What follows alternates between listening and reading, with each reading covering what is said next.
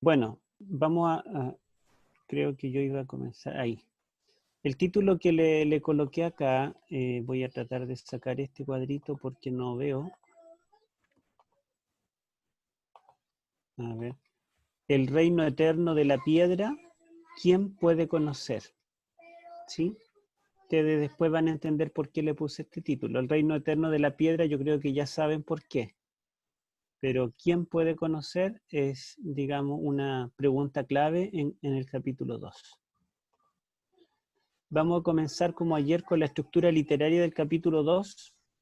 Y bueno, estoy siguiendo la estructura de cada capítulo de David Dorsey, que yo les mencioné, ¿verdad? Que le mostré una foto de él.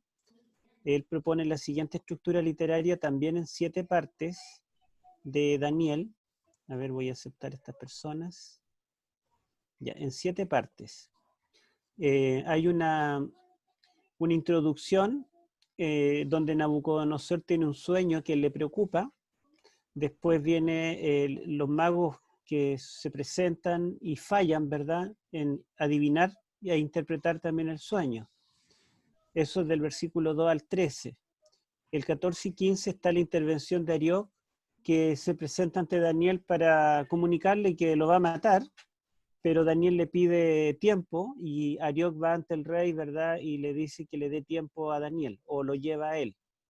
Después tenemos los versículos 17, al 23, que son claves, porque allí Daniel y sus amigos oran, y Dios le revela el sueño a Daniel, y Daniel alaba a Dios. Hay una hermosa alabanza en el centro de este capítulo, donde reconoce que Dios es quien pone y quita reyes, Él da la sabiduría a los sabios, la ciencia a los entendidos, y Dios puede revelar este secreto que el rey no puede explicar. Después tenemos los versículos 24 y 25, donde nuevamente se menciona a Arioc, que presenta a Daniel ante el rey para darle la respuesta del sueño que el rey espera. O sea, tiene paralelo con la sección C de acá. Luego, los versículos 26 al 45, en la mayor parte, tenemos donde Daniel adivina e interpreta el sueño del rey. Paralelo con la letra B, ¿verdad?, donde los magos fallan en adivinar, en interpretar el sueño del rey. Y la conclusión es cuando Nabucodonosor glorifica a Dios y promueve a Daniel dentro del reino. Eso es, digamos, la estructura literaria, las 7 partes. Entre paréntesis, un quiasmo tiene como propósito resaltar el centro. Acá está como el mensaje importante que se quiere entregar. Vamos a avanzar. Ya, la pregunta, ¿recordado u olvidado?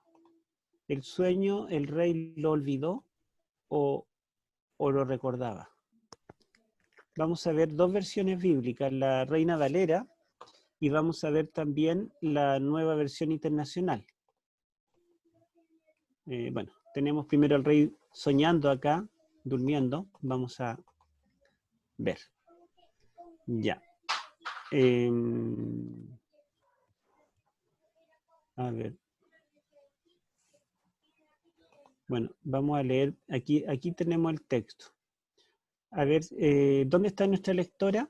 Daniela, por favor, si nos lee, es el versículo 1, 5 y 8 de Daniel 2.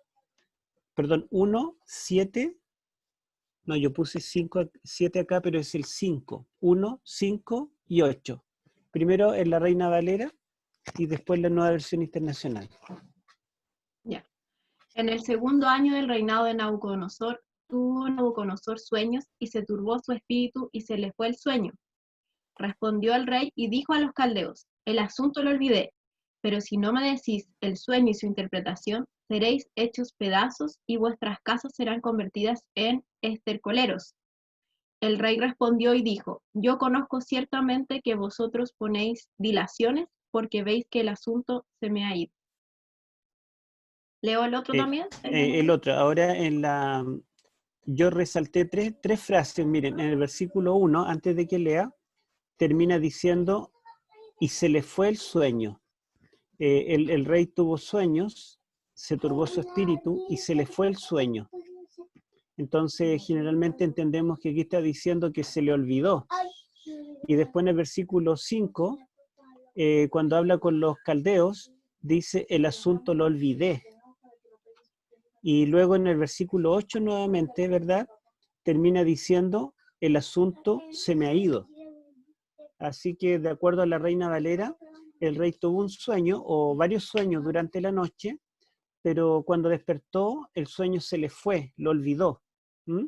Veamos entonces qué dice la Nueva Versión Internacional. Los mismos versículos 1, 5 y 8. En el segundo año de su reinado, Nabucodonosor tuvo varios sueños que lo perturbaron y no lo dejaban dormir. Pero el rey les advirtió, mi decisión ya está tomada. Si no me dicen lo que soñé, ni me dan su interpretación, ordenaré que los corten en pedazos y que sus casas sean reducidas a cenizas. Pero el rey les contestó, mi decisión ya está tomada. Eso ustedes bien lo saben y por eso quieren ganar tiempo. Ya. ¿Qué notan aquí de diferente?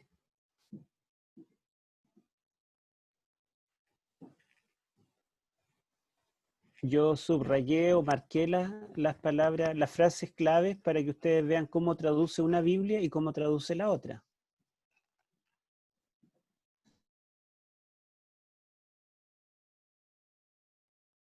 Sueño, la Nueva Versión traduce y no lo dejaban dormir. Y donde traduce en el versículo 5, el asunto lo olvidé, la Nueva Versión Internacional traduce, mi decisión ya está tomada. Y donde en el 8 dice, el asunto se me ha ido, acá dice, mi decisión ya está tomada. Entonces, de acuerdo a la Nueva Versión Internacional, el rey no se olvidó del sueño, no se le fue el sueño, sino que el rey recordaba el sueño, al parecer, solamente que no quería revelarlo, no quería decir, quería probar a los sabios a ver si, a los adivinos, a ver si adivinaban, porque interpretar sueños, cualquiera puede inventar algo, después de todo, no podemos comprobar si realmente me está diciendo lo correcto o no. Pero el rey quería probar si ellos realmente eran capaces de adivinar. ¿Mm? Esa es una posibilidad de interpretación que es la Nueva Versión Internacional, y la otra posibilidad que está en la Reina Valera es que realmente el rey olvidó el sueño, tuvo un sueño, se lo olvidó y lamentablemente no lo pudo recordar. Y eso ocurre es normal, porque cuando nosotros soñamos, alternamos entre dos etapas, una se llama REM y la otra no REM. La etapa REM de nuestro dormir es cuando nosotros, digamos, movemos los ojos rápidamente, por fuera, ¿verdad? Ver a una persona durmiendo se puede distinguir que están moviendo los ojos a través de los párpados o con los ojos abiertos, pero se mueven rápido. Es cuando la persona se da vueltas y es cuando descansa el cerebro. Y hay otra etapa que se llama no REM, no hay movimiento rápido de los ojos, y en ese momento la persona está quietita y al mismo tiempo el cerebro no descansa, sino los órganos del cuerpo. Y estas dos etapas se van alternando, y cuando una persona tiene un sueño en la etapa REM y despierta en ese momento, lo recuerda con detalles. Si una persona tiene un sueño en la etapa no REM y despierta en ese momento, es imposible recordarlo. Sabe que soñó. Puede que despierte con la sensación de que el sueño fue importante y quiere recordarlo, pero no podrá recordarlo. Entonces, ¿es posible que el rey haya tenido un sueño o varios sueños en la noche que le preocuparon y no los recordó? Sí, científicamente es posible por esto que yo les cuento. Pero también es posible, ¿verdad?, esta otra traducción de que el rey no olvidó, sino que simplemente no quiso revelar lo que soñó. Veamos cómo dice el original, y eso está más arriba. En realidad tendría que haberlo puesto antes, pero lo puse arriba. Miren, primero yo voy a sacar este cuadrito, no sé si ustedes lo ven, pero a mí no me deja leer. La palabra en el versículo 1 se usan dos palabras hebreas. El capítulo 2 está en hebreo hasta la mitad del versículo 4, después está en arameo. Entonces en el versículo 1 aparece la palabra halom, que significa sueño, y también la palabra shená, que significa sueño. Pero los dos son sustantivos, pero halom significa sueño en cuanto al contenido, el sueño que soñamos, ¿verdad? El mensaje que hay en el sueño. Pero en cambio, Shená significa sueño, pero es el sueño cuando estamos con mucho sueño, el sueño de los ojos, las ganas de dormir. Entonces, Shená significa sueño, pero en este caso tengo sueño, yo diría Shená. Pero cuando diría tuve un sueño, yo diría Halom. Estoy con mucho sueño porque tuve un sueño que me perturbó. Entonces en arameo sería estoy con mucho shená porque tuve un halom que me perturbó. ¿Se dan cuenta? Y en esta palabra, si nosotros vemos, a ver si avanzamos acá. Miren, de nuevo el versículo 1 de la Reina Valera en el segundo año. A ver si puedo mirar, se me tapó allí la pantalla. En el segundo año del reinado de Nabucodonosor tuvo Nabucodonosor sueños. Esa palabra es la palabra halom, sueños, y se me turbó el espíritu y se me fue el sueño, shená. O sea, no se le fue el halón, no se le fue el contenido del sueño, lo que se le fue el shená, las ganas de dormir. En otras palabras, estos sueños que él tuvo lo perturbaron de tal manera que una vez que despertó, ya no pudo dormir más. Se turbó su espíritu y se le fue el sueño, o sea, se le fueron las ganas de dormir. No es que se le fue el contenido, lo que se le fue el sueño de los ojos, no el sueño del cerebro. Por eso es que la Nueva Versión Internacional traduce: en el segundo año de su reinado, Nabucodonosor tuvo varios sueños que lo perturbaron y no lo dejaban dormir. La traducción no es tan literal, pero da la idea de que no es el contenido el que se le olvidó, sino que es no pudo dormir más. Hasta ahí, ¿verdad? Ambas traducciones están buenas, solo que debemos entender la palabra sueño acá, no como el contenido, sino entenderla como las ganas de dormir. ¿Sí? Veamos entonces la otra frase.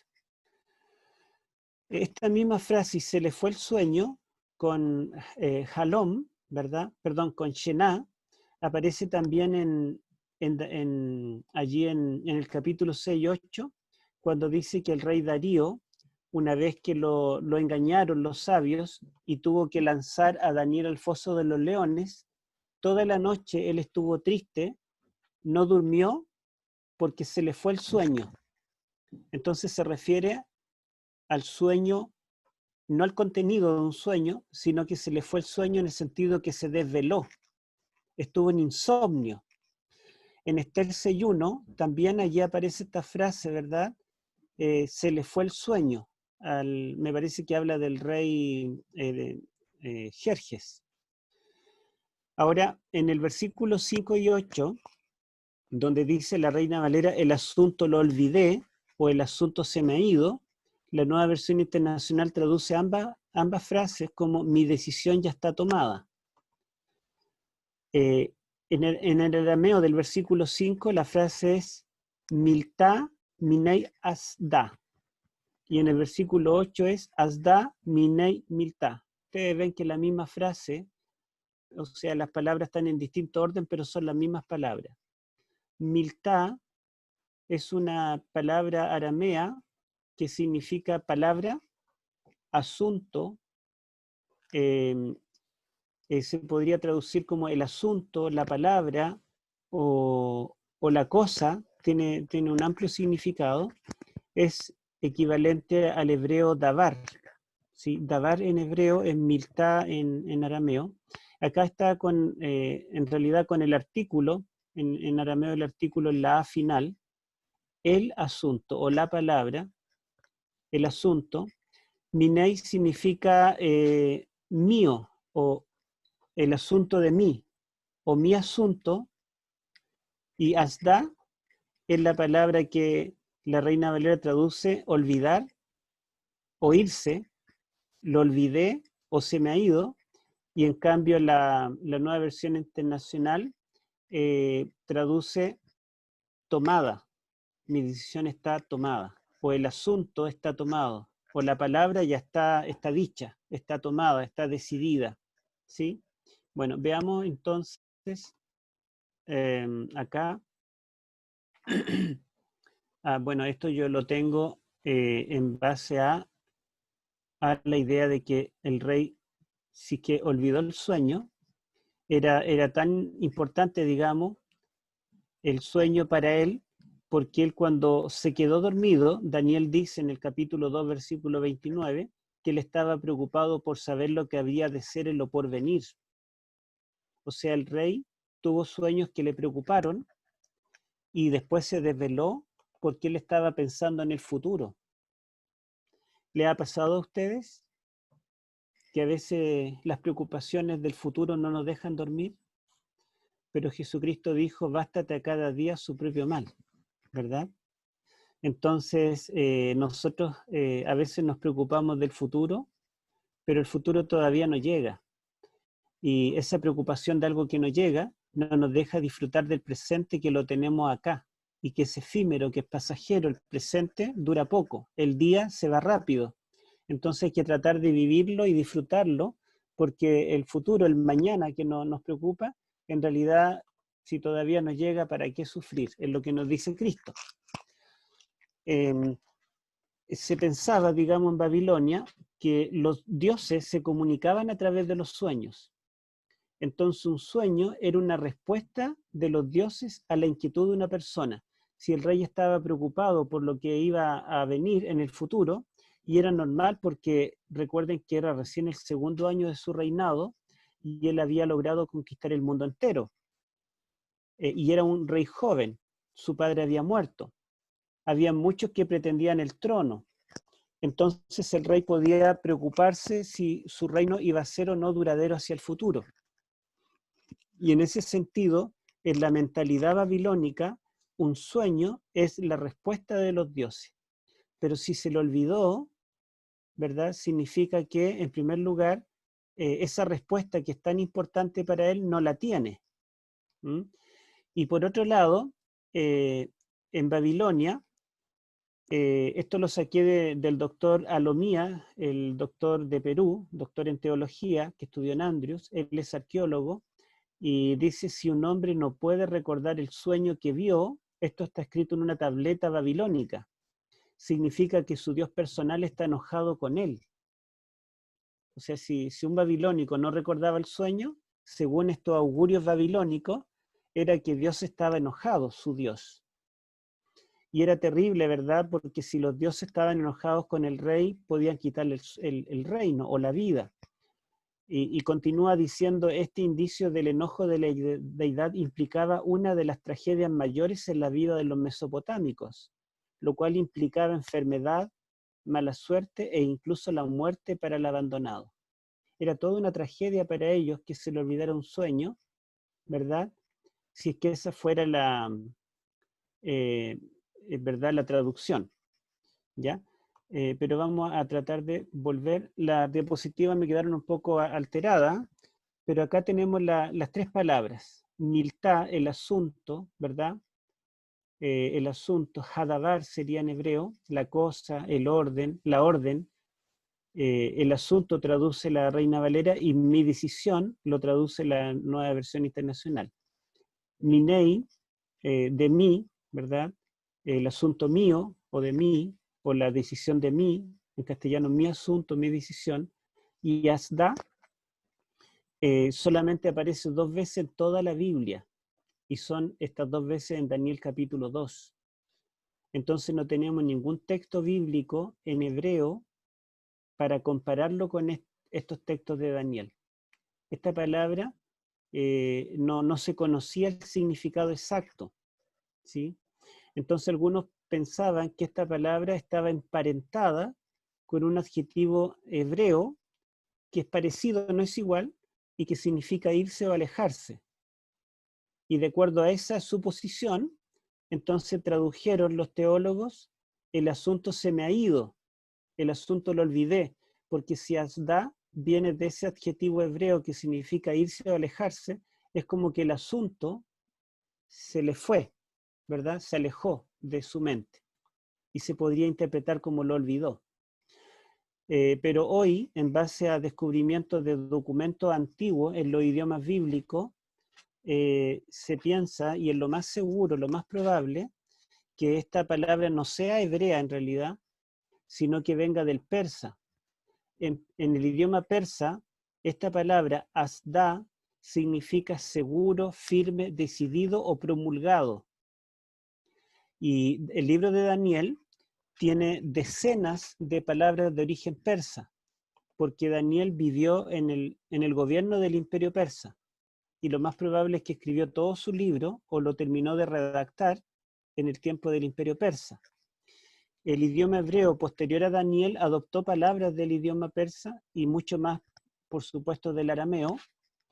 Entonces no es raro encontrar palabras persas en Daniel. Y si esto es así, entonces la nueva versión internacional estaría mejor traducida, mi decisión ya está tomada. Insisto que las dos posibilidades caben.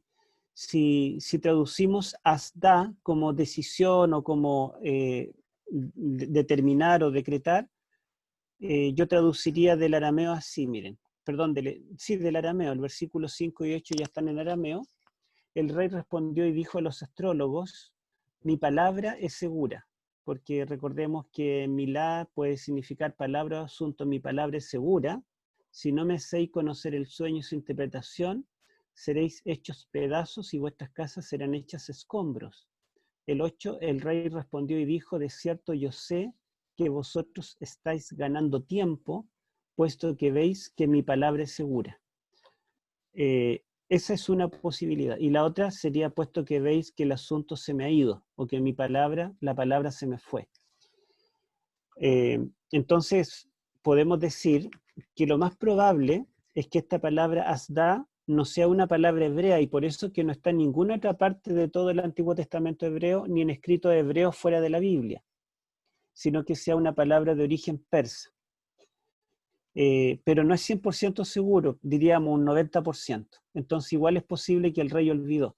Ahora, si el rey dice, mi palabra es segura, si no me adivinan el sueño, los mato a todos, tampoco significa que él lo recuerda, porque puede que él esté digamos, endurecido contra ellos, pero tal vez está endurecido y no les va a decir nada porque él no lo recuerda. Bueno, veamos la siguiente. Ya. Entonces llegan los magos, los profesionales en adivinar e interpretar el sueño del rey, y fallan. Fallan. Ahí tenemos los magos, ¿verdad? Los sabios, los caldeos, los adivinos. Fíjense ustedes cuando vemos el capítulo 2, fíjense el versículo 2 y hasta el 4. A ver si puede leernos, hermana Daniela, 2 al 4. Dice, y el rey mandó llamar a magos, astrólogos, ¿No escuchamos? encantadores y caldeos. No estamos escuchando. ¿No se escucha? ¿Me escuchan? Yo por lo menos no escucho. Pero tengo activado así. Nosotros escuchamos bien, pastor. Hable, a ver. Y el rey mandó llamar a magos.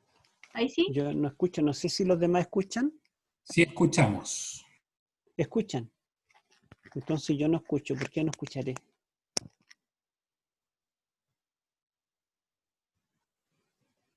A ver, alguien me está diciendo algo por chat. Volumen. Bueno, si los demás escuchan, lea, hermana. Ya.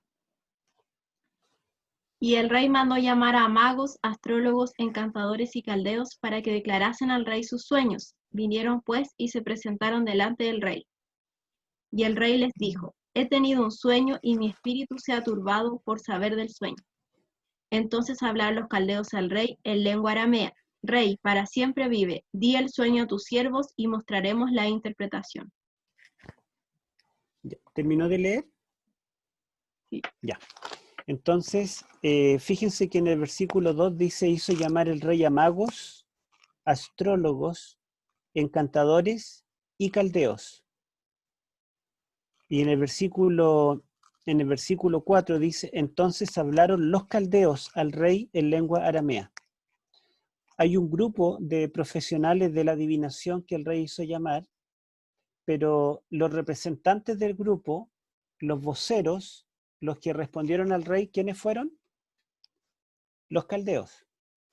Y esto es interesante porque los caldeos son, digamos, un grupo especial de sabios que son los más considerados en el gobierno, en el imperio babilónico, pero al mismo tiempo los caldeos son una etnia, es como decir los chilenos, los argentinos, los bolivianos, los brasileños. Los caldeos era una etnia, yo le dije que existía una región llamada Caldea, y de allí venía Nabucodonosor y su parentela. Por lo tanto, la etnia dominante en ese momento en el imperio babilónico eran los caldeos. Pero al mismo tiempo, la palabra caldeo pasó a tener un significado técnico que significaba adivino, porque resulta que los caldeos inventaron el horóscopo. Ellos cortaron el cielo en 12 constelaciones y cada constelación representaba un mes del año en el cual cada persona había nacido. Yo, por ejemplo, nací en agosto y según los caldeos yo sería signo Leo, ¿sí? Yo creo que ustedes también saben qué signos son. Esto no es bíblico, ¿verdad? Pero así es como ellos nos clasifican. Ellos cortaban el cielo en pedazos y la palabra caldeo significa literalmente cortar. Entonces, ese grupo de gente que inventó el horóscopo le comenzaron a llamar los que cortan, porque ellos cortaban el cielo en 12 constelaciones. Y bueno, con el tiempo pasó a designar tanto la raza, la etnia, como también a designar un grupo específico de personas profesionales, expertos en adivinar el futuro, y entre otras técnicas, lo que ellos inventaron, en este caso el horóscopo, que todavía es popular hasta el día de hoy.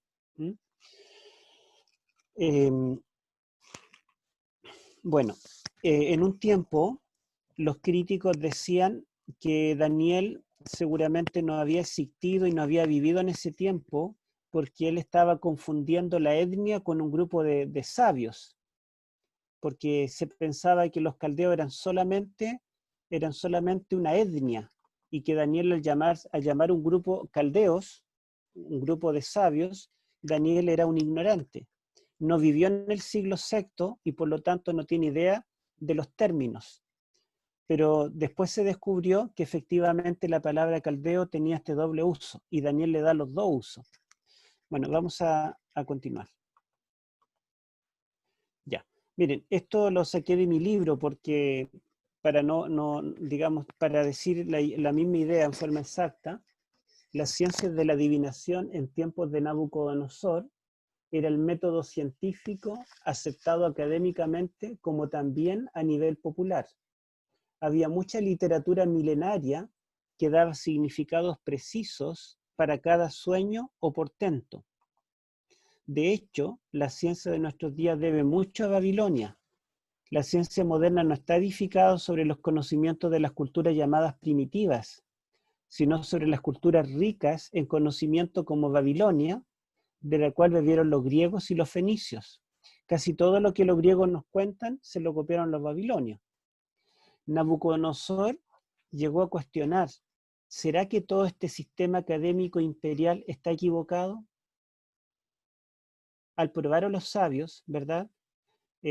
Fuera que él recordara o no el sueño, al ver si los adivinos podían adivinar de verdad lo que soñó, él estaba poniendo a prueba todo el sistema educativo del mundo de ese tiempo. Después tengo otra cita, miren. La superioridad de la sabiduría israelita a la sabiduría mántica babilónica no es un problema de grado, o sea, no es que sea mejor, no es que la sabiduría de Dios, de la Biblia, de los profetas es mejor que la babilónica. No es un tema de grado, sino es un tema de clase. Los babilonios no son tanto incompetentes como falsos. No es una cuestión de incompetencia o de inferioridad, sino simplemente es una falsedad. Nadie conoce el futuro, solo Dios. ¿Mm? Entonces, todo este sistema educativo, babilónico, popular, académico y popular, masificado en los tiempos bíblicos, que se daba por hecho, los reyes no tomaban decisiones importantes si no era primero, digamos, consultado a los sabios, a los adivinos. Todo este sistema, Nabucodonosor se preguntó un día, ¿será que esto es real o será un engaño? Y nosotros vivimos en un tiempo cuando también lo que se nos enseña a través de los medios populares y a través de los medios académicos, como por ejemplo la evolución, tiene que llegar el momento en que nos cuestionemos y digamos, ¿será todo esto real o será falso?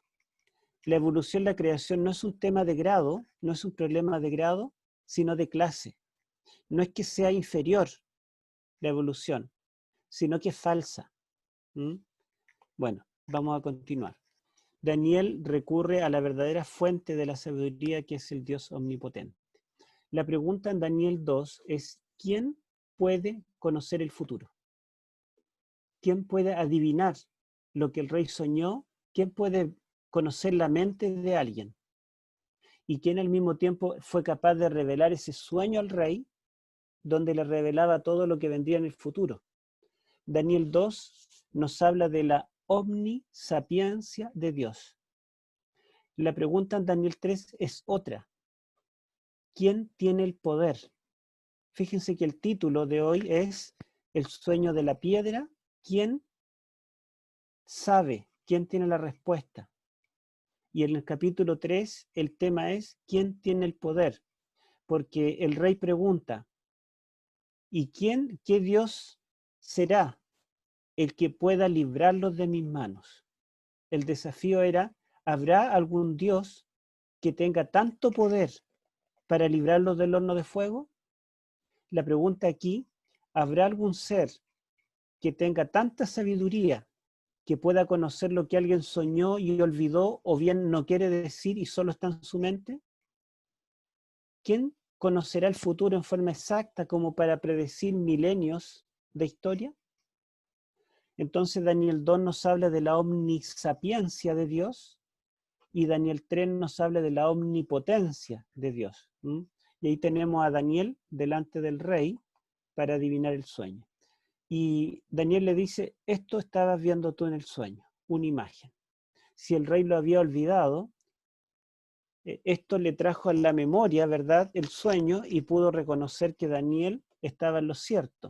Y si no lo había olvidado, entonces el rey quedó impresionado porque Daniel podía decirle lo que él soñó. Bueno, miren, tomé una frase de un teólogo nuestro, John Pauline.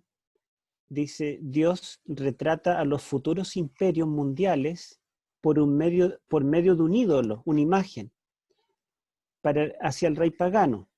Las naciones del mundo eran las luminosas y brillantes contrapartes de los dioses que ellos adoraban. Según la mentalidad de ellos, las naciones eran la imagen de los dioses. Por ejemplo, el Enuma Elish, que es el relato de la creación babilónica, dice que cuando Marduk creó todas las cosas, terminó la creación fundando la ciudad, el reino de Babilonia, y el reino de Babilonia lo representaba él. Entonces Babilonia era un símbolo del dios creador, Marduk.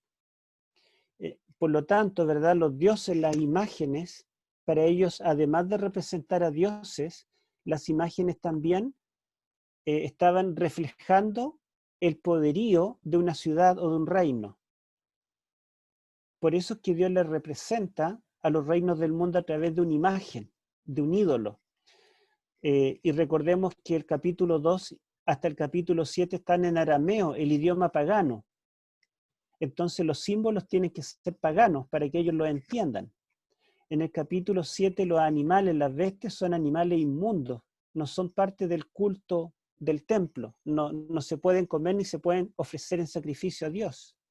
En cambio, el capítulo 8 en adelante, que está en el idioma hebreo, el idioma del pueblo de Dios, los animales son animales limpios, carnero, macho cabrío, que se pueden comer o se pueden ofrecer a Dios en sacrificio, en su santuario. Entonces, por eso, ¿verdad? Dios le revela a través de una imagen. Entre paréntesis, los escritos que se han encontrado de los paganos de los tiempos bíblicos dicen que ellos no adoraban imágenes.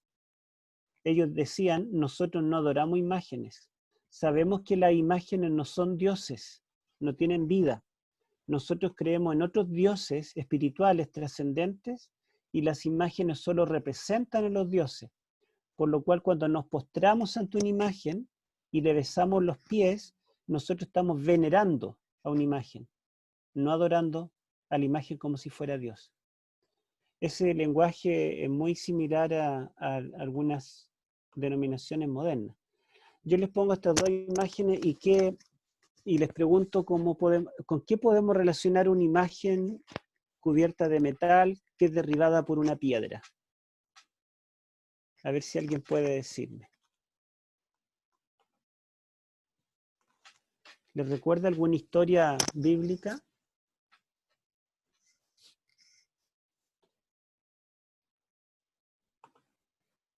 Ahí la hermana Jacqueline, a ver, ¿qué les recuerda?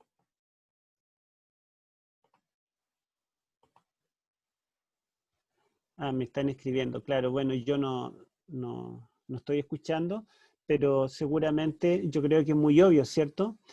Yo tomé imágenes cualquiera, me metí en internet recién hace 5 minutos y busqué una imagen de Goliat derribado por la piedra y después busqué una imagen de la imagen de Daniel 2 derribada por la piedra. Entonces hay una gran similitud. En el texto arameo de Daniel 2 dice que tú, oh rey, veías una gran imagen. La palabra gran significa grande, enorme, y su gloria era sublime.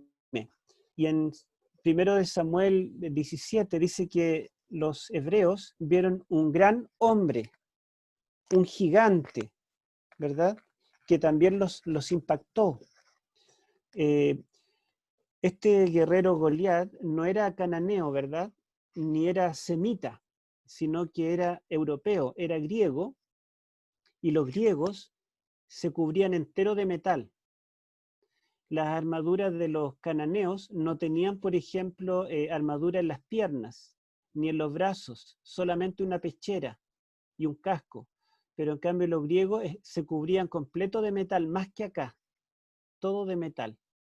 Entonces ver a Goliat era como ver una imagen de metal. Y este hombre que parecía invencible fue derrotado por una piedra que lanzó un niño.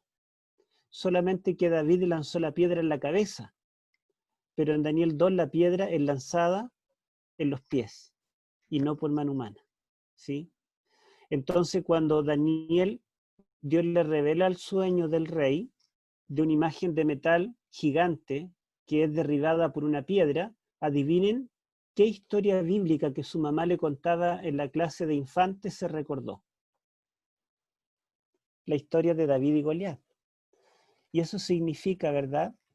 Significa que el reino de la piedra representa al Mesías, al hijo de David. Si David derribó un gigante y después David se convierte en el rey del pueblo de Dios, significa que esa piedra representa también o es un anuncio del reino del Mesías que vendrá, el hijo de David. Bueno, vamos a continuar. Aquí en los versículos 28 al 45, donde está el relato del sueño, hay lo que se llama un inclusio. Comienza y termina en forma similar. Leamos el 28 y el 45, hermana Daniela.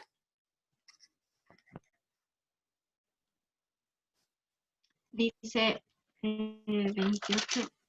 Más hay un Dios en el cielo, Yo no el cual logro revela escuchar. los misterios.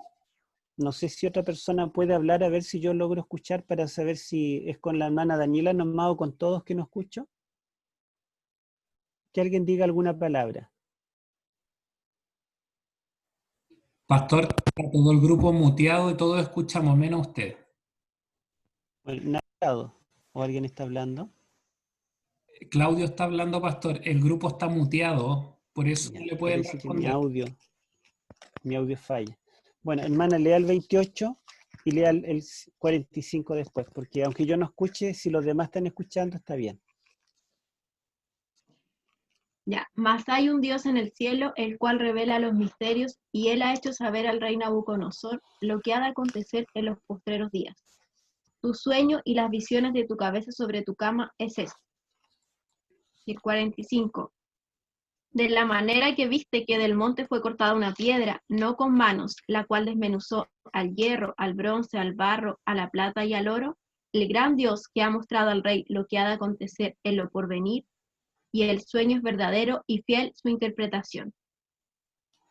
Ya. Entonces, Daniel está... Daniel está al comienzo y al fin de su discurso reconociendo que Dios es la única fuente del conocimiento del futuro. No son los sabios de Babilonia los que pueden conocer el futuro, pero tampoco Daniel ni los profetas bíblicos. Es Dios quien le revela a los profetas. Ellos son solo instrumentos. Entonces, ese conocimiento sobrenatural viene de Dios, ¿no? Y yo me recuerdo de Isaías 44, 48, 46, donde Dios pone a prueba a los dioses paganos y dice, a ver, preséntenme un Dios que conozca el futuro y lo diga con siglos de anticipación. Y Dios dice que Él es el único Dios y que esa es una evidencia de que Él es el Dios verdadero, de que Él puede predecir el futuro. Y acá lo vemos. También en el sueño de José en Egipto, el sueño que él interpreta al faraón, en Génesis 41, él comienza y termina su discurso reconociendo que Dios es el que revela el futuro al rey, no él. Entonces este sueño fue dado por Dios al rey y fue interpretado por Dios a Daniel. Bueno, el relato en sí está en los versículos 31 al 35 del sueño, del sueño solamente, pero se divide en dos partes y cada una comienza con una frase aramea que es Hasé, Jabayetá, Hasé, Jabayetá, que significa mirando estabas. En el 31, para introducir la imagen, mirando estabas y viste una imagen. Y en el 34, mirando estabas y viste una piedra. Por lo tanto, la frase mirando estaba introduce a toda la imagen, todos los reinos, todos los metales. En cambio, para introducir el reino de la piedra, utiliza una frase introductoria nueva. Mirando estabas hasta que una piedra fue cortada. Eso significa que la piedra no pertenece al reino de la imagen. No es un reino más de la imagen humana. Esa imagen humana representa reinos humanos. Esta piedra trasciende lo humano. De hecho, la imagen estaba parada en el suelo, pero la piedra venía desde arriba y no fue cortada por mano. Así que la piedra es diferente a la imagen. También yo coloqué aquí que la imagen en el idioma arameo dice, viste una imagen, pero una no es en arameo un artículo, o sea, no está el artículo indefinido, una, sino que está el cardinal, el número uno, en femenino, ¿verdad? Así como una, dos, tres, no viste dos ni tres imágenes, viste una imagen. Y al decir una imagen, está dando la idea de que toda la imagen es una unidad. Podemos ver variedad de reinos y que se pelean entre ellos, compiten por el poder y uno sucede al otro, lo derrota, pero todo es más de lo mismo. Todos los reinos, no importa el color político, no importa que sea de oriente o de occidente, de derecha o de izquierda, todos los reinos terrenales forman parte de una sola imagen, incluso los reinos divididos de los pies. Está antecedido por el numeral 1, una imagen. La piedra es aparte, es distinta, viene de arriba. Ahora, si nosotros la comparamos, tanto los metales que forman la imagen como la piedra son duros. Aquí vemos que no hay madera, no hay papel, no hay otros elementos, sino que son elementos sólidos, duros, como los metales y la piedra. Pero cuando chocan los dos, la piedra demuestra ser más dura que los metales. La imagen, que la palabra hebrea selem, significa escultura. La imagen es algo construido por manos humanas, como los reinos, los imperios terrenales son construidos por el poder humano, las decisiones humanas. Y el oro, la plata, el bronce, etcétera, son elaborados, son productos elaborados, más de inhumano. Pero en cambio la piedra, que es cortada sin mano, la piedra es algo natural, es algo que pertenece al Creador. Las piedras no fueron elaboradas por los seres humanos, las piedras es parte de la creación de Dios. Por lo tanto, la piedra no está relacionada con lo que el hombre pudo intervenir. Ahora, la imagen no se mueve, no habla, no interactúa, la imagen siempre está quieta hasta que es derribada. En cambio, la piedra es dinámica, porque viene de arriba, cortada sin mano, derriba la imagen, la piedra crece como si tuviera vida, la piedra se transforma en monte, la piedra llena la tierra, la piedra es activa, a diferencia de la imagen, que es algo quieto. Bueno, ahora vamos a ver cómo interpretan los distintos grupos cristianos esta imagen.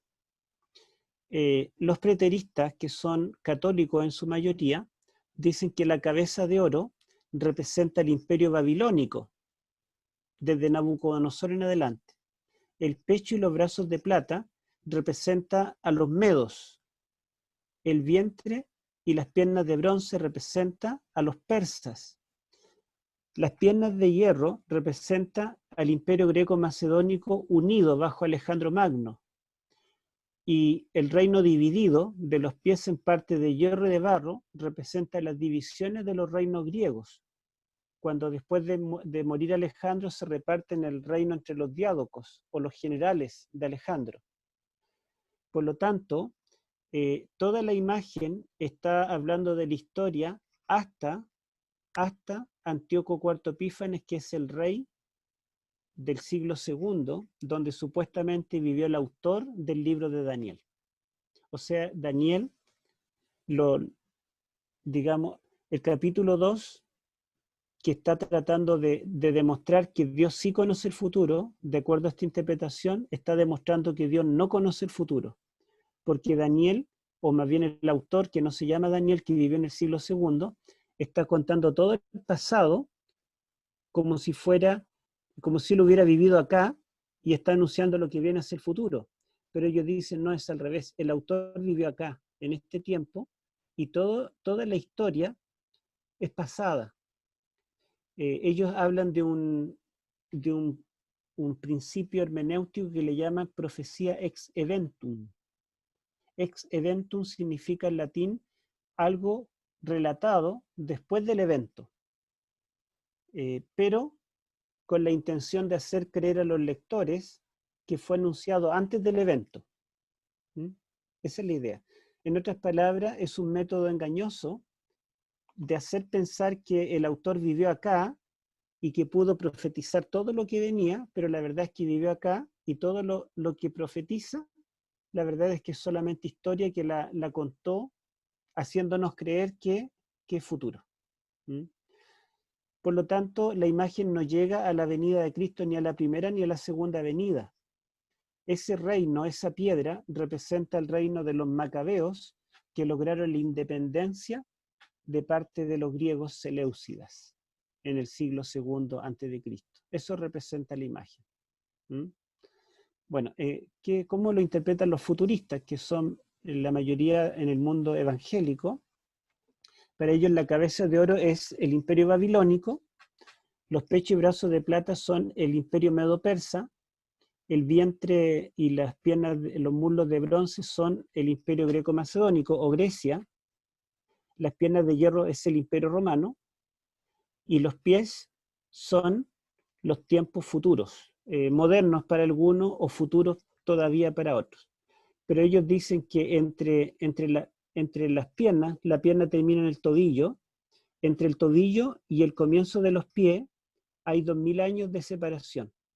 O sea, la imagen tendríamos que poner la imagen hasta los tobillos, después un espacio largo en blanco y luego los pies solos. Porque ellos dicen que Daniel efectivamente vivió en el tiempo de Babilonia, ellos creen en la profecía, en la predicción, anunció Babilonia, Medo-Persia, Grecia y Roma, pero todas las profecías de Daniel llegan hasta Cristo, hasta el año 32, dicen ellos, en la entrada triunfal, así la fechan. Entonces los tobillos llega al Imperio Romano, pero ¿hasta cuándo? Hasta que Cristo entra a Jerusalén en la entrada triunfal. Y allí comienza el tiempo de los gentiles, que son 2000 años, el tiempo de la iglesia cristiana, que nos lleva hasta el rapto secreto, que sea cuando Cristo va a venir en forma secreta para raptarnos, llevarnos al cielo, nos va a arrebatar, nos va a llevar al cielo. Entonces en la tierra no va a quedar ningún cristiano y el único pueblo de Dios que va a quedar van a ser los judíos. Y en esos tiempos se va a cumplir los pies. O sea, los pies representan tiempos modernos o tiempos futuros todavía para nosotros. Y en ese tiempo va a venir la piedra, y la piedra sería la venida de Cristo en gloria, porque la segunda venida la divide en dos partes. Una parte cuando Él viene en forma secreta a raptar a su iglesia, y otra cuando viene en gloria en forma visible para defender a los judíos del poder del anticristo. ¿Ya? Y los historicistas que somos nosotros, ¿verdad? Era la mayoría hasta el siglo XIX, eran todos prácticamente, pero ahora es distinto. Para nosotros la cabeza de oro es Babilonia, el pecho y los brazos de plata Medo-Persia, el vientre y los muslos de bronce Grecia, las piernas de hierro Roma, y los pies en parte de hierro y barro dividido son los reinos que vinieron después de la caída de Roma. O sea, no hay un espacio allí, no tenemos que cortar la imagen y separarla, sino que inmediatamente en el siglo V, cuando cae el Imperio Romano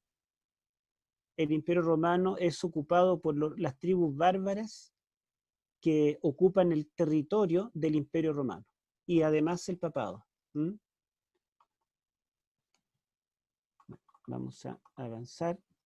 Ya, todo esto yo se lo expliqué, está en mi libro y se los voy a dejar aquí, que creen los futuristas y los preteristas, así que no es necesario que lo leamos todo, ¿sí? Hay argumentos suficientes para pensar que la imagen representa una continuidad, que Dios sí conoce el futuro y que está anunciando los 4 imperios. La única posible interpretación es que la cabeza de oro sea Babilonia, o el imperio neobabilónico del 605 al 539, que ocupó este lugar. Se ve pequeño, ¿verdad? En un mapa grande que abarca los 3 continentes casi completo, pero de cerca son varios países, ¿sí? Bueno, el pecho y los brazos de plata representa el imperio medo-persa, que duró hasta el año 331 a.C. y fue bastante más grande que Babilonia, que era esto. Medo-Persia avanzó bastante más hacia Asia y hacia Europa, y también conquistó parte de África, el imperio egipcio.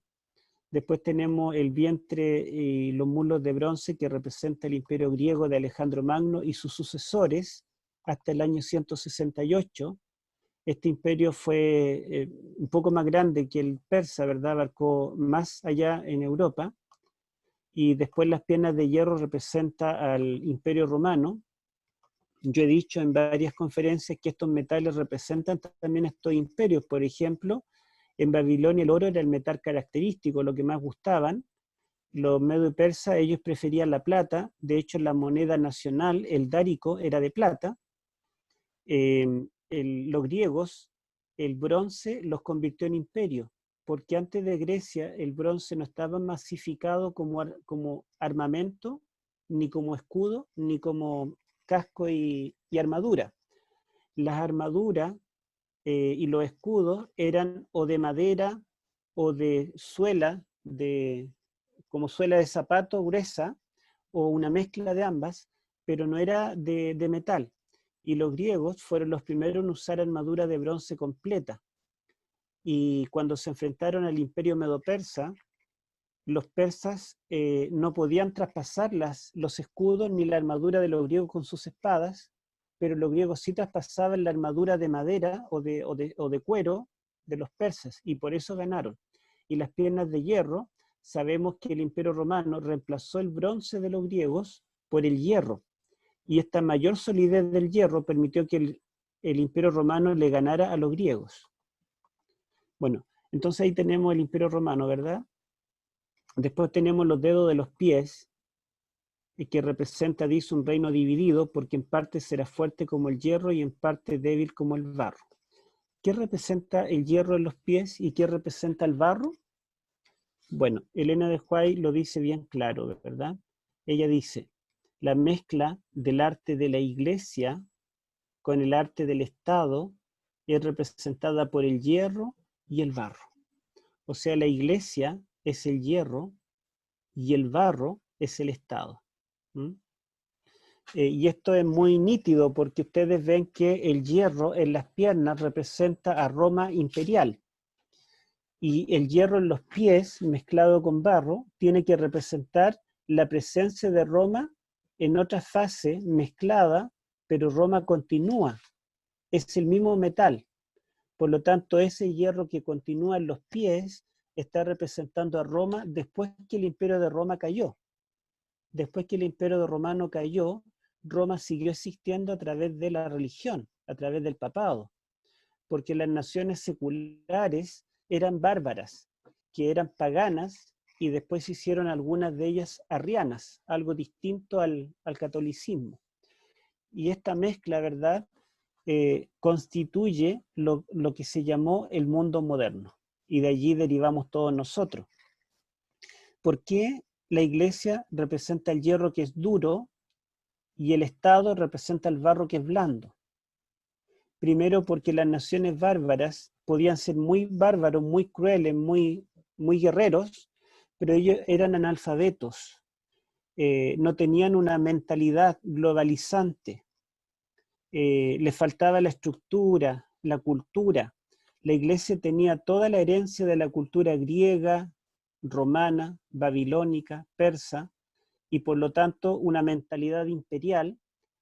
Tenían la mano fuerte, y aunque los bárbaros eran los que guerreaban, la iglesia influía detrás de ellos. Entonces la parte fuerte como el hierro es la iglesia, y la parte débil como el barro es el Estado, y esto será así hasta la segunda venida de Cristo. Bueno, yo puse aquí un párrafo de mi libro. Se mezclarán por medio de alianzas humanas. En arameo dice se mezclarán con o por simiente. La palabra alianza no aparece en el arameo, sino dice simiente, de el hombre. Está con artículo definido. Y no dice humana, sino que dice hombre en singular. ¿Sí? Y después dice, pero no se unirán el uno con el otro.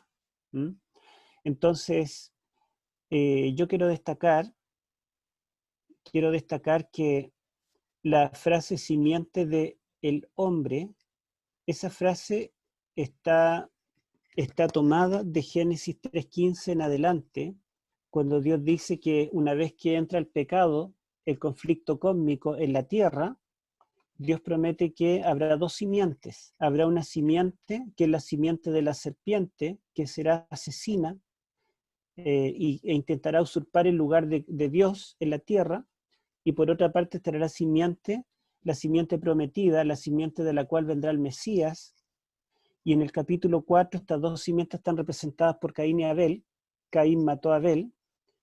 Y luego en el capítulo 5 está la simiente de Set, el hijo bueno que nos lleva al Mesías. Y en el capítulo 6 las dos simientes se unen y viene el fin del mundo, que es el diluvio.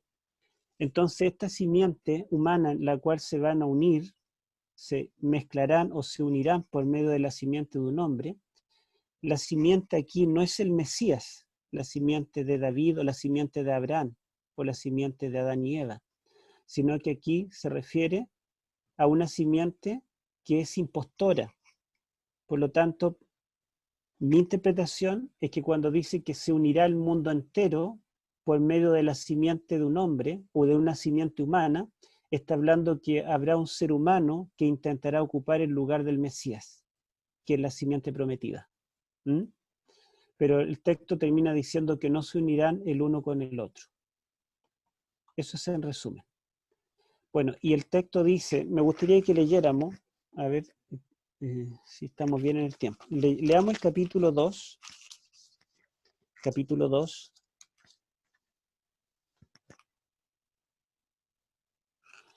Vamos a leer versículo 41. Primero el 41, hermano. Y yo quiero que noten algo.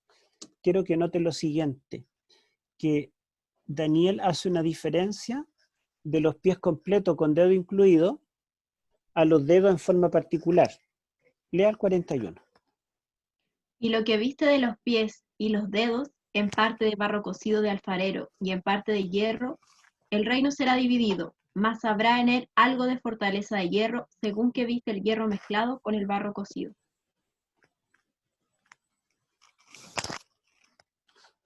Ya. Entonces aquí está hablando de los pies, lo que viste de los pies y de los dedos. O sea, es el pie completo. A ver si retrocedemos la imagen. Es el pie completo, lo que viste de los pies y de los dedos. Ambas cosas, ¿verdad? El pie completo. Pero después el versículo 42. Lea el 42 y el 40, hasta el 44. 42 al 44. Okay. Y por ser los dedos de los pies en parte de hierro y en parte de barro cocido, en parte será el reino fuerte y en parte será frágil. En cuanto a lo que viste, el hierro mezclado con el barro, se mezclarán por medio de simiente humana, mas no se unirán el uno con el otro, como el hierro no se mezcla con el barro.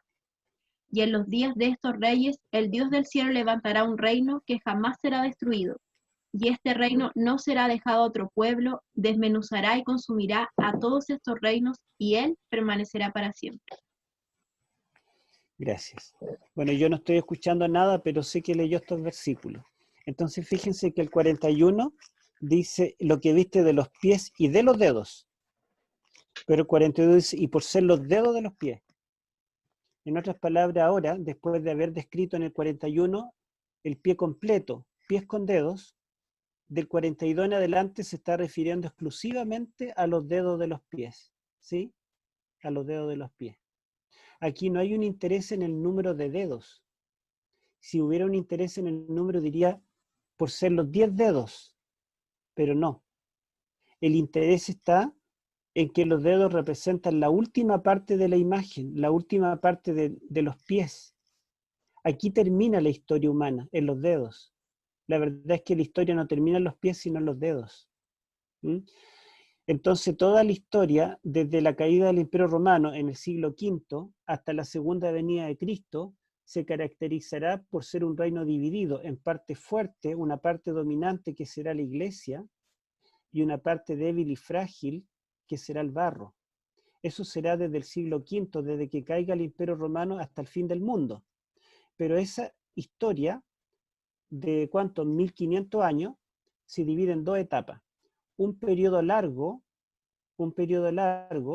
¿verdad? Donde va a existir aquello, y otro periodo más corto, que será el tiempo del fin.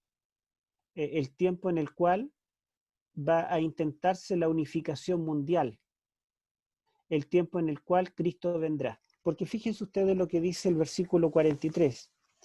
Así como viste el hierro mezclado con barro, se unirán por medio de alianzas humanas, que literalmente dice se unirán por medio de la simiente de un hombre, el anticristo. La unidad final del mundo será no en la etapa de los pies, sino en la etapa de los dedos, en el tiempo final. Y después dice el 44, y en los días de estos reyes. ¿Cuáles son esos reyes? Los reyes representados por los dedos del tiempo final. los reyes que estén intentando unirse por medio de la simiente de un hombre. Ellos, los que están intentando unir al mundo y decir paz y seguridad, entonces vendrá destrucción repentina, porque en los días de estos reyes el Dios del cielo levantará un reino que no será jamás destruido. ¿Mm? Bueno, avanzo acá. Aquí lo tenemos. Es el tiempo en que Cristo vendrá por su pueblo, ¿verdad? El tiempo de los dedos, el tiempo el intento de unificarse mundialmente, es el tiempo cuando el Dios del cielo levantará este reino de la piedra. Estamos en un tiempo cuando el mundo está unificado, incluso a través de las redes sociales. Esto mismo, ¿verdad? De poder juntarnos de distintas ciudades, incluso de otros países, nos muestra que estamos en un tiempo de la unificación. ¿Mm? El hecho de que cada vez la moneda nacional tenga menos importancia y tenga más importancia una sola moneda internacional, o que los idiomas locales tampoco sirven de mucho, y en realidad hay un idioma universal. Todo esto, ¿verdad? La convocatoria al ecumenismo religioso, a la unidad de los poderes de los países, una sola infección, un solo virus, que unió al mundo enfermó al mundo entero. Antes las enfermedades enfermaban una localidad o un continente. Eso era una pandemia, pero era una pandemia es el mundo entero. Entonces nos estamos dando cuenta que estamos en los días de estos reyes cuando habrá un intento de unificarse, pero finalmente el intento será unificarse a través de un hombre que se va a llamar como la simiente, pero será solo un humano. En ese tiempo vendrá Cristo. Y yo creo que ese tiempo es nuestro tiempo. Y podemos dar gracias a Dios de que no estamos ni en el hombro, ni en el muslo, ni en el ombligo, ni en la rodilla. Si estuviéramos en la rodilla diríamos, ya pasó bastante, falta poco. Pero estamos en los dedos. Entonces significa que Cristo viene muy pronto. Y si todos estos detalles, cada imperio, cada siglo, siglo tras siglo, aquí hay 2600 años de historia. Si todo esto se cumplió en forma precisa y estamos ya en la última parte, ¿será verdad que se cumple también el reino de la piedra? Yo creo que sí, ¿verdad? Todo el pasado, toda la profecía de Daniel es una garantía de que la última parte de esta profecía también se cumplirá. Cristo viene pronto, ¿cierto? Bueno, ese es el tema de hoy. Vamos a escuchar ahora opiniones, preguntas, si es que logro escuchar. Ahí salió el teléfono.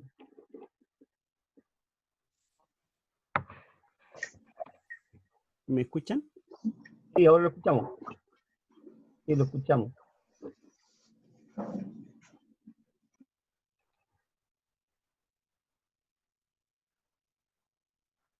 A ver, me dicen que... ¿Ahora? No lo escuchamos. Sí, se escucha. Que alguien hable, a ver. ¿Escucha, pastor? ¿Escucha bien? A ver, alguien me estará dando alguna clave acá. ¿Están en mute? ¿Todos ustedes están en mute? No salimos recién de mute. Hermano Claudio, ¿me ayuda?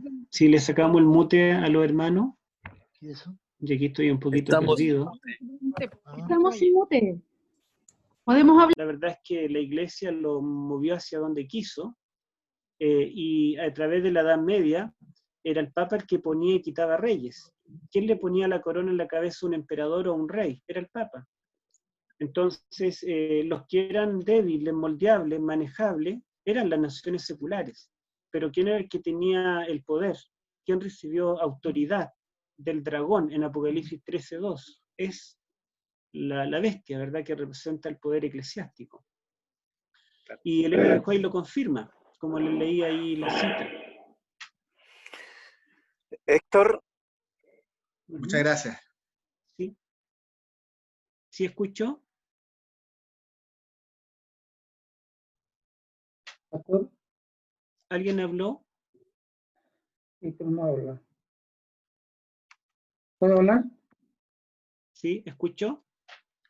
Entonces, si la iglesia en ese entonces, en la época de los bárbaros, tenía una visión globalizada, y no así los bárbaros, tenían muchos atributos, pero no tenían conocimientos globales, sino que su propia tribu solamente. Ujú. Eso podría aplicarse a estos tiempos también, donde los grupos religiosos, y nos incorporamos a nosotros, ya no tenemos la visión globalizada que tiene el poder católico, ya, donde ellos miran todo en un solo paquete y nosotros no. Puede considerarse a sí mismo que nosotros seguimos siendo el barro y ellos el hierro. En realidad, nosotros no somos el barro ni el hierro. Hablo de la humanidad en metafórico, por supuesto. Claro, más que nada son los gobiernos civiles los que son el barro, ¿sí? Y Ya. Apocalipsis dice que finalmente, Apocalipsis 17, 12 al 14, dice que los 10 cuernos, que son los reinos del mundo, recibirán autoridad como reyes juntamente con la bestia y entregarán su poder y su autoridad a la bestia. O sea, los reinos van a tener un poder absoluto, los gobiernos, en el tiempo final, pero ese gobierno lo van a poner a los pies de la bestia. En otras palabras, siempre los gobiernos seculares serán el barro, van a estar subordinados a la iglesia, al poder de la iglesia. Héctor, por acá Gregorio. Gregorio, sí. Sí. Acá en la cita de Elena de White, donde habla de Estado, y lo que tú dices está clarísimo. Lo que yo quisiera saber, esa unión de Roma con el Estado, porque ahí dice Uh-huh. Estado, también se puede decir que es la unión de lo que se llama el...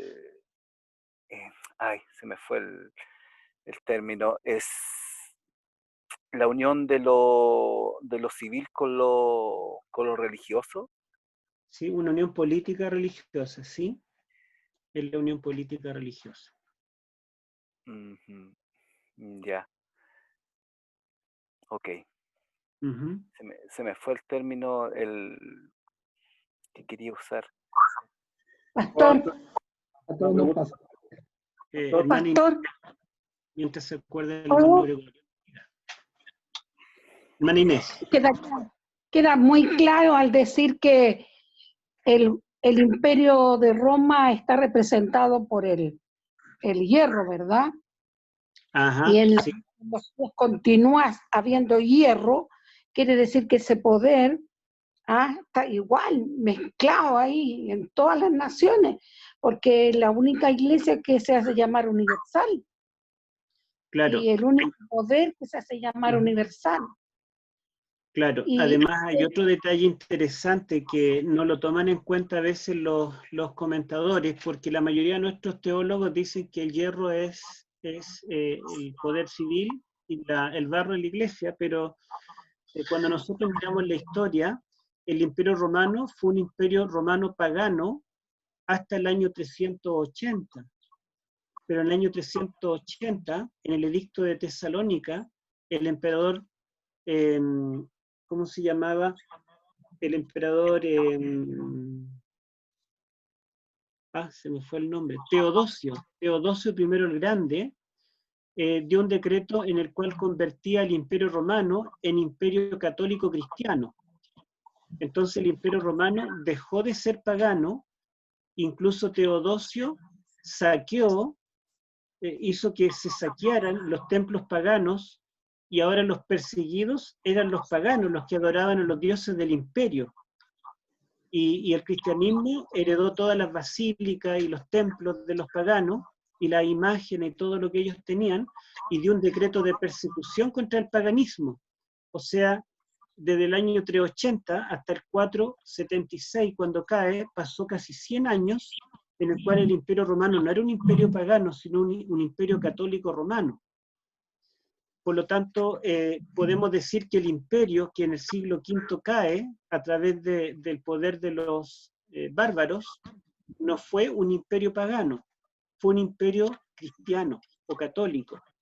De manera que el imperio cristiano católico romano continuó. El hierro, que era lo que se podía heredar del imperio que existía, continuó y continuó como poder religioso católico, igual como era 100 años antes de la caída del imperio. Pero heredó toda esa cultura helénica, la heredó y le cambió los nombres nomás.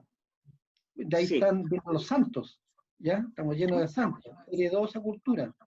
Sí, ajá. Bueno, el hermano que está con Daniela levanta la mano, no sé el nombre. Pastor, yo soy el Sí. papá de Daniela. Hermano, un Pastor, gusto. la pregunta que quería hacerle, ¿no es cierto?, que se la hice a mi hija, pero no la tengo clara. El Imperio Romano, ¿cierto?, se dividió las tribus bárbaras, las 10 tribus bárbaras, ¿cierto? Ajá. Pero hoy día eso representa la Comunidad Económica Europea. Ahora, la segunda pregunta, la Comunidad No. Económica Europea, por ejemplo, el Reino Unido se retiró, ya no estaría, no sería en el término, no es el No, comunismo internacional hoy día. No, las 10 tribus bárbaras no representan a la comunidad europea, ni tampoco representan los 10 dedos. Ustedes ven que la bestia, la cuarta bestia, tiene 10 cuernos en la cabeza, ¿verdad? Y representa, la bestia se ve desde los pies hacia arriba. Roma nace en los pies y termina en la cabeza, y de ahí viene otra historia, que es la historia de los 10 cuernos. Pero aquí vemos que es al revés, porque nace de arriba para abajo en la historia. Por lo tanto, Roma comienza en las piernas, comienza en el muslo, y la historia continúa hasta los tobillos, y se termina el Imperio Romano. Entonces, en los tobillos tenemos que Europa se divide en 10 reinos.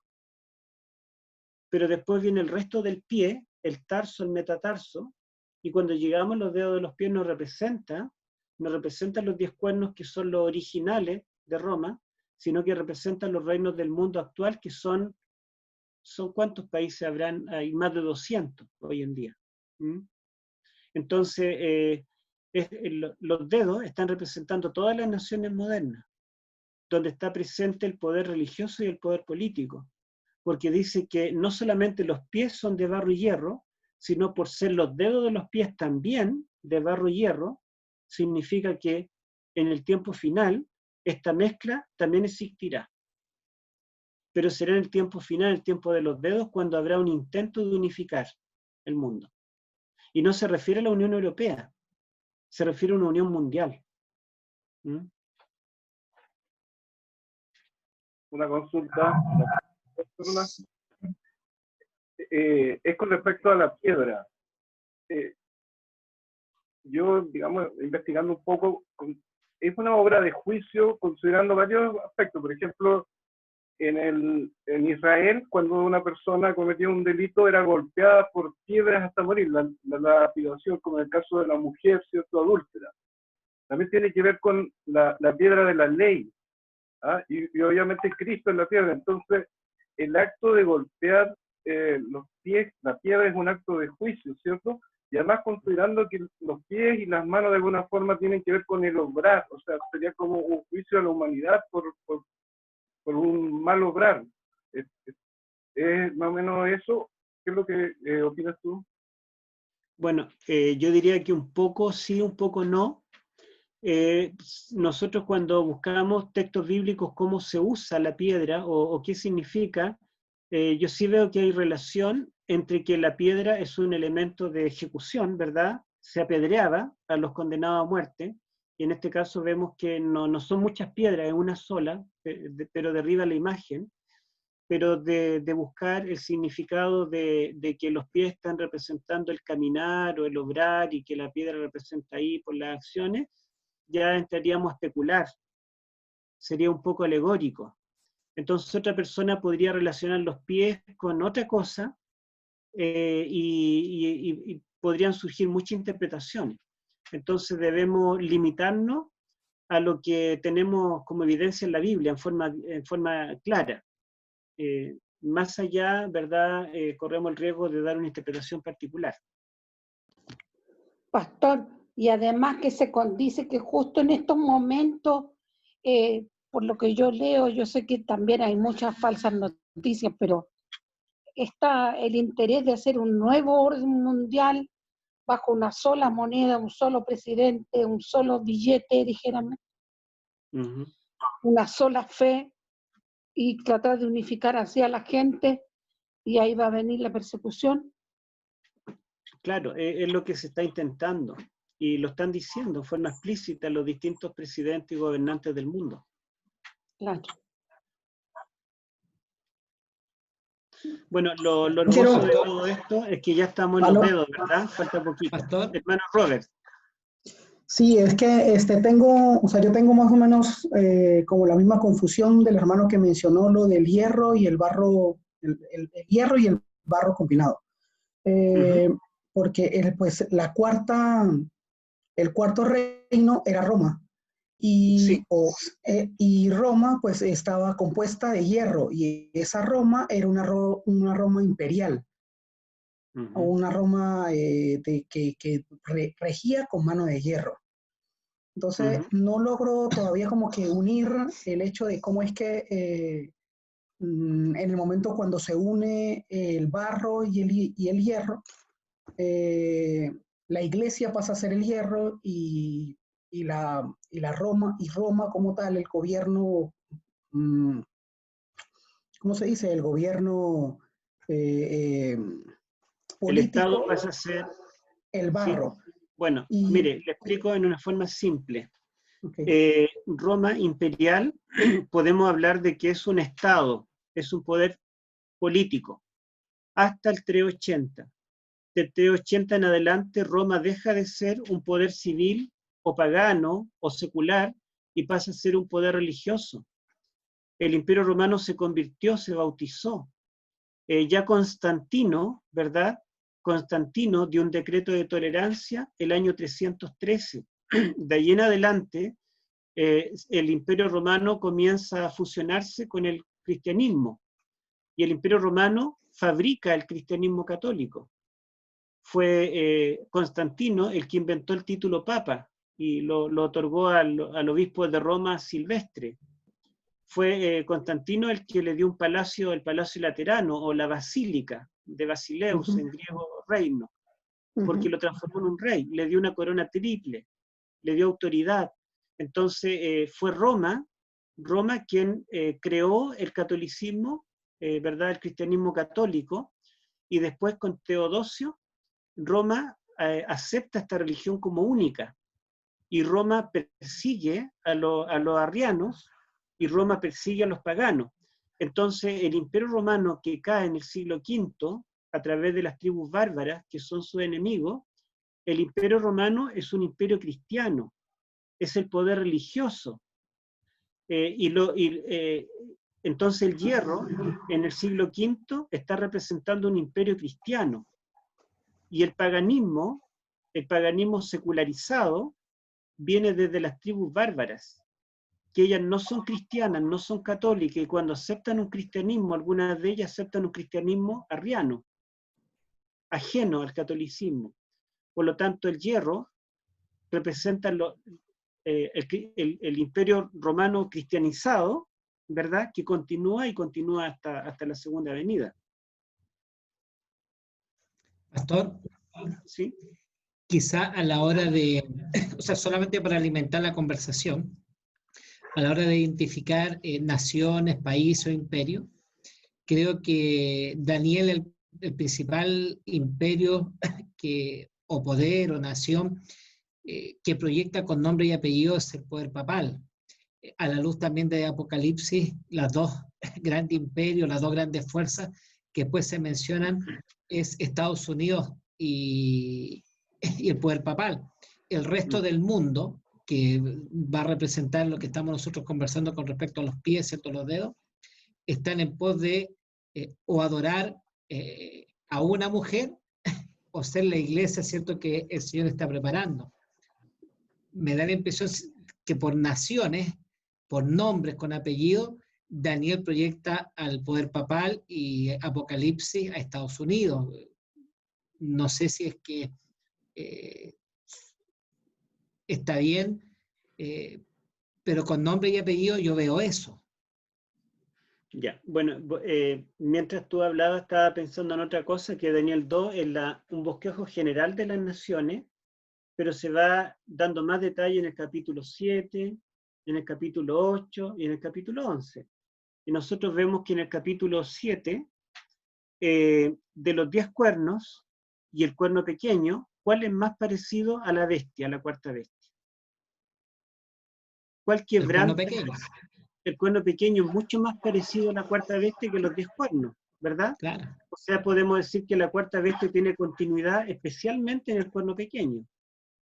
Ahora, en el capítulo 8, nosotros vemos que hay un cuerno que es pequeño pero crece. Primero representa el Imperio Romano. Un mismo cuerno, en Daniel 8, representa a Roma imperial y papal. Un solo símbolo. Porque se nos quiere mostrar que hay continuidad, ¿verdad? Cuando el cuerno pequeño conquista militarmente, en el versículo 9, decimos Roma imperial. Cuando el cuerno pequeño conquista espiritualmente el santuario celestial, decimos en la fase papal. Pero un solo símbolo representa a ambos. Entonces un solo metal en el capítulo 2 representa a ambos.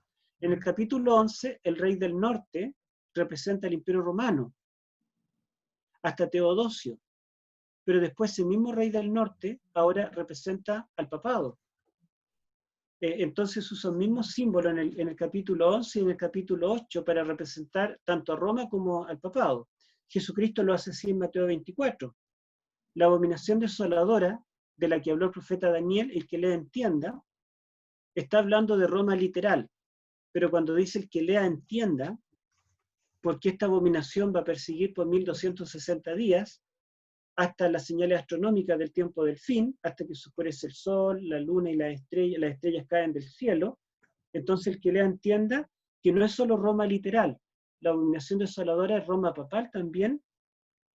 Roma literal, digamos, persigue a los judíos literal, el pueblo de Dios literal, el pueblo de Dios del Antiguo Testamento y del Antiguo Pacto, pero el papado persigue al pueblo de Dios del Nuevo Pacto, al Israel espiritual. Entonces Jesús muestra una continuidad entre las dos Romas ininterrumpida. Y esa continuidad la vemos más clara en el capítulo 7, capítulo 8 y capítulo 11. En Daniel 2 la percibimos a medias, queda un poco confuso, pero ya después mucho más claro. Sin embargo, para mí lo claro es que el mismo metal, en las piernas Roma, en los pies tiene que ser Roma. No puede ser las naciones no romanas, sino que lo que deriva de Roma. Héctor, por acá Gregorio también. Ya, lo otro, Gregorio de nuevo. Lo otro que no, si Roma era metal antes del 508, 538, después siguió siendo Roma y no puede cambiar de material sin cambiar de nombre. ¿Entiendes? No se pueden invertir los nombres invirtiendo los materiales. Claro. Que es muy buena, tu aclaración. Mi duda delante era esto, mira.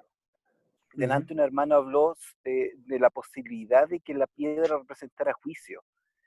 Un juicio como nosotros lo hemos estado conociendo, un juicio a favor de los desposeídos.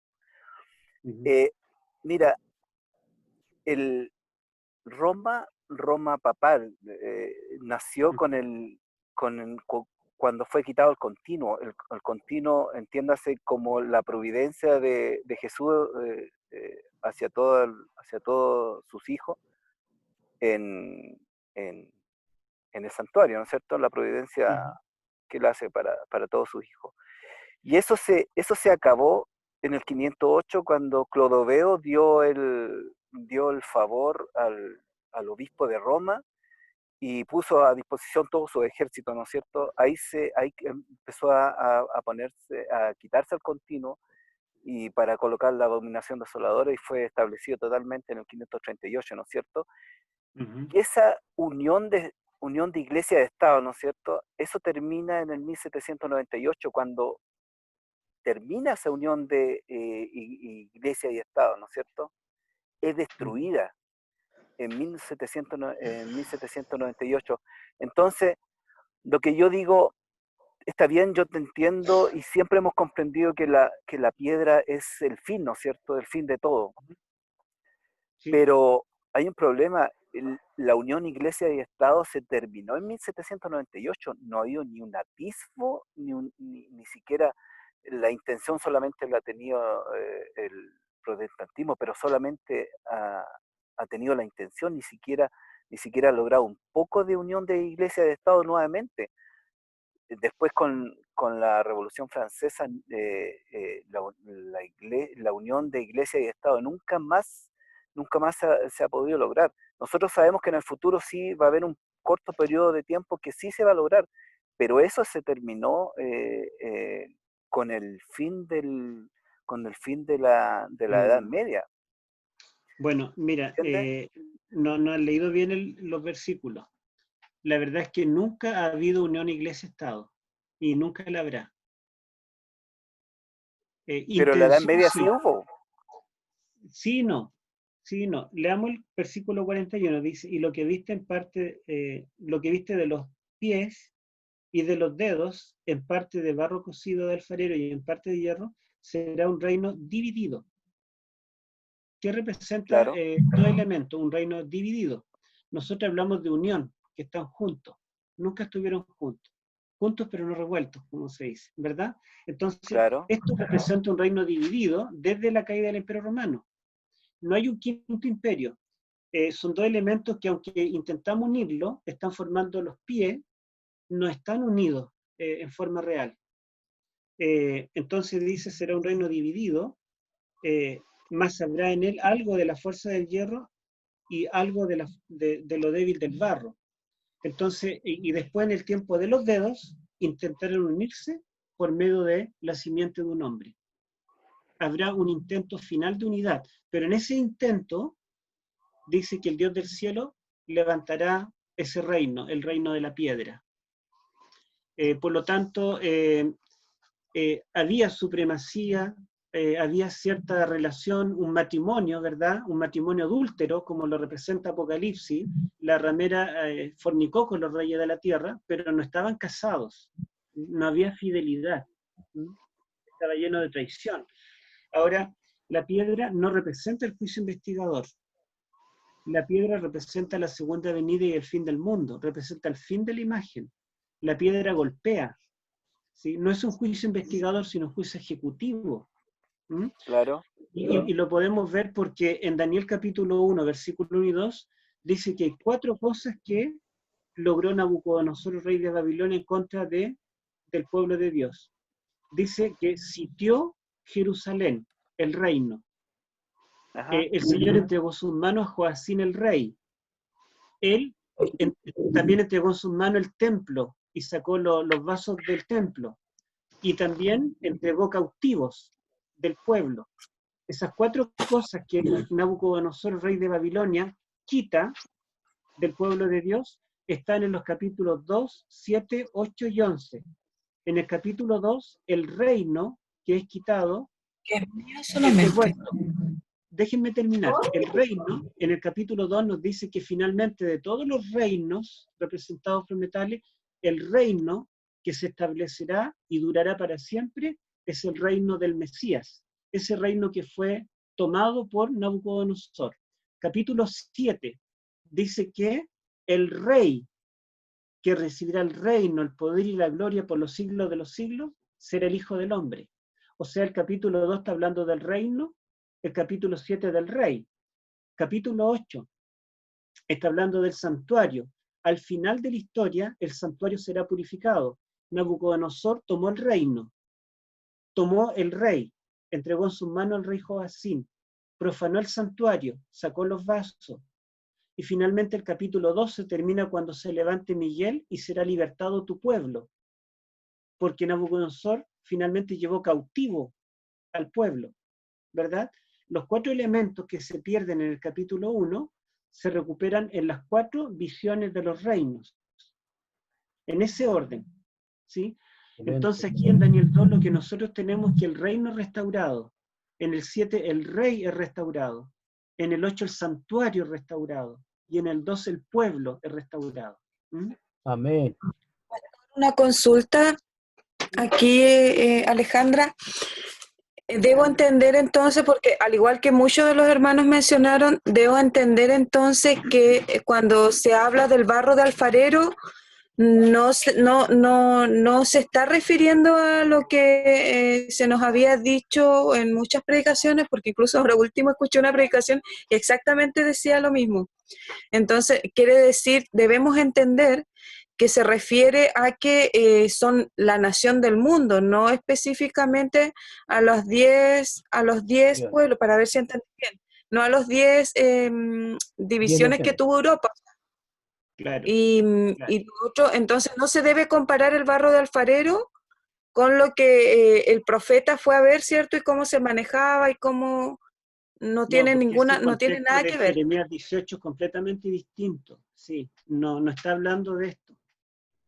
Ya, gracias, pastor. Sí, miren, no importa que lo hayan dicho todo el mundo y siempre, Elena de White dice algo errado puede haberse repetido muchas veces, dice, pero cuando aparece luz correcta, dice, no debemos tener temor de aceptar la luz que aparece. Entonces, la evidencia, el análisis lingüístico, el contexto, todo está apuntando hacia esa parte. Ahora, los 10 dedos no representan las 10 divisiones del Imperio Romano, porque las 10 divisiones del Imperio Romano está cuando cae el Imperio en el siglo V. Pero acá los dedos están representando el tiempo de la Segunda Venida. Así que no, y tampoco no hay un énfasis en el número. En ninguna parte dice 10 dedos, sino que simplemente dicen los dedos. Y esos dedos están representando al mundo entero. Pastor, ¿y cómo uno debería disculpe, y cómo uno debería explicar entonces esto del barro y el alfarero que sale en este texto? ¿Cómo uno debería entrar en esto? ¿O cómo se debería decir? Para darse... Claro, no dice el barro del alfarero, dice que era como barro de alfarero, ¿sí? Entonces parte de los pies era como hierro, y otra sólido, y otra era como barro de alfarero. La verdad es que el barro blando, el barro, digamos, el barro común, que nosotros vemos que se moja y después lo pisamos y se disuelve, se vuelve tierra, ese barro no sirve para formar una estatua, pero sí se puede hacer una estatua, una imagen de greda, que es el barro que usa el alfarero. Entonces, eso es lo que está diciendo, el tipo de barro que se usaba para fabricar imágenes era el barro de alfarero. Que podía, digamos, secarse al sol o en un horno de barro, y ese barro de alfarero podía formar una imagen sólida, pero al mismo tiempo frágil, porque si ese un vaso de alfarero o una imagen, una escultura, se me cae en una piedra, se quiebra, ¿verdad? Entonces, simplemente el material. Pastor, hay una cuestión, y es que ha mencionado en 2 oportunidades que los dedos no representan a la Unión Europea. Sin embargo, siempre pues, se ha conversado el hecho de que pues, los suevos se convirtieron en Portugal, los visigodos en España, Franco en Francia, menos los érulos, los ostrogodos, y no recuerdo el otro que fueron eliminados. Ajá, pero entonces, ¿eso es una cuestión completamente literal? ¿O en qué momento se hace el traspaso de esos 7 reinos que tienen un nombre hoy por hoy actual, que estaban antes y que están ahora? ¿En qué momento pues, se pasa la profecía a todos los reinos del mundo? Sí, miren, cuando estas naciones bárbaras conquistan el Imperio Romano, fueron más de 20 las que invadieron, pero 10 aproximadamente, 10 se establecieron y ocuparon el territorio del Imperio Romano Occidental, pero en ese tiempo Chile no era descubierto, Brasil no era descubierto, Australia no era descubierto, Madagascar no era descubierto, Sudáfrica no era descubierto, China no era descubierto. Entonces el mundo era el Imperio Romano. El mundo de ese tiempo se dividió en 10. Pero cuando se comienza a descubrir el mundo, desde el siglo XV en adelante, ustedes saben, en 1492 Colón descubre América sin saber que era América en vida, ¿verdad? Se comienza a descubrir un nuevo mundo. Los ingleses van a conquistar la India, descubren y conquistan la India y también parte de China, Australia, Norteamérica, África, ¿verdad? Se la reparten entre los ingleses, los franceses principalmente. Entonces estos 10 cuernos, estas 10 tribus bárbaras, los alemanes, los francos, los españoles, ellos descubren, conquistan, colonizan el resto del mundo, lo invaden, y ahora nosotros los chilenos, los argentinos, los bolivianos, nosotros somos visigodos, porque venimos de España. Los brasileños son suevos, porque vienen de Portugal. Los norteamericanos, los australianos, los sudafricanos son anglosajones, vienen de Inglaterra. Entonces, estos 10 tribus que ocuparon el mundo conocido de ese entonces, después comenzaron a descubrir un mundo más grande cada vez y lo fueron conquistando, culturizando. Y nosotros somos cultura greco-latina, pero la verdad es que nunca hemos vivido en esos países, la mayoría. Pero somos cultura greco-latina porque se nos colonizó, se nos descubrió, se nos formó de esta forma. Por lo tanto, ahora, esos 10 reinos originales son el mundo entero. Perfecto.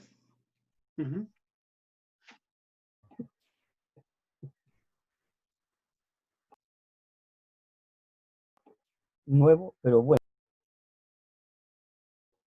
Bueno, de todas maneras, ustedes saben que hay que ser como los verianos y ustedes no tienen por qué aceptar lo que yo pienso así automáticamente. Pueden investigarlo, leerlo, buscar en distintas versiones y ver qué les parece más bíblico. Pastor, usted mencionó, utilizó en el primer versículo, en el primer versículo creo que hizo referencia hoy, la versión Reina Valera y la versión internacional. Yo quería preguntarle algo con respecto a eso. Pareciera que la versión esa internacional está como más apegada a lo que realmente quiere expresar. ¿Bajo su criterio es así? Sí, generalmente la nueva versión internacional tiene la ventaja de que fue traducida después de que se han descubierto los rollos del Mar Muerto, después de que se han descubierto muchos rollos griegos del Nuevo Testamento, después que se ha descubierto mucha literatura del antiguo Cercano Oriente paralela a los idiomas bíblicos que podemos comparar y descubrir significado de algunos términos. Esa es la ventaja, digamos, que en algunas cosas está más correcta, podríamos decir.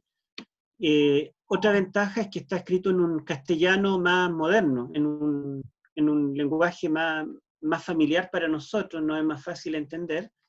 La desventaja es que por el esfuerzo de hacerlo con un castellano bien moderno, deja un poco atrás la forma como los hebreos se expresaban. Entonces igual necesitamos ambas versiones. Una versión como la Reina Valera que sea bien apegada al texto hebreo o griego del Nuevo Testamento, y una versión más moderna como la nueva versión internacional que sea más entendible para nosotros, y que al mismo tiempo tenga el añadido de los descubrimientos que se han hecho con el tiempo. Ahora hay versiones que tienen modificaciones imperdonables. Por ejemplo, yo tengo acá la Good News Bible en inglés, y también sé que hay otras versiones en castellano, que en Daniel 8:14, en vez de decir hasta 2300 tarde y mañana, dice hasta 1150 días. Y eso ya es un cambio intencional, no es traducción, es interpretación. Desde ningún punto de vista.